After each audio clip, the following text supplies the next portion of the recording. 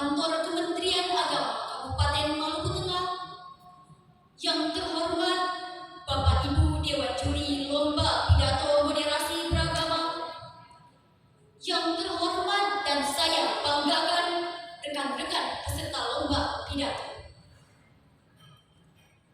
Hadirin yang saya hormati, sebagai makhluk yang beragama, marilah kita semua memperbanyak puji syukur kehadirat Allah Subhanahu wa Ta'ala, Tuhan yang Maha Esa, yang selalu memberikan rahmat dan kasih sayangnya, sehingga sampai pada detik ini kita semua masih diberikan kesempatan dan kesehatan untuk melaksanakan aktivitas dan rutinitas keagamaan kita masing-masing.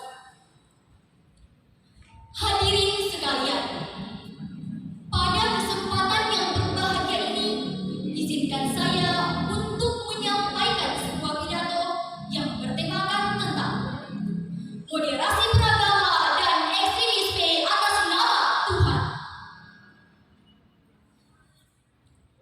Saudara-saudara sekalian, sebelum lebih jauh menyampaikan pidato saya, apakah kita ini paham dan mengerti apa itu moderasi? Saudara sekalian, moderasi itu adalah jalan tengah, tidak berpihak atau bersikap adil kepada semua pihak.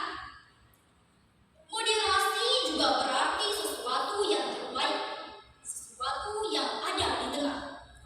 Biasanya berada di antara dua hal yang buruk. Contohnya adalah keberanian. Sifat berani yang baik karena ia berada di antara sifat ceroboh dan sifat takut. Sifat dermawan juga baik karena ia berada di antara sifat boros dan sifat kikir. Hadirin sekalian dimanapun berada, apa itu moderasi beragama? Moderasi beragama adalah proses memahami sekaligus mengamalkan ajaran agama secara adil dan seimbang. Tanamkan dalam hati, moderasi beragama bukan berarti memoderasi agama. Karena agama dalam dirinya sudah mengandung prinsip moderasi, yaitu keadilan dan keseimbangan.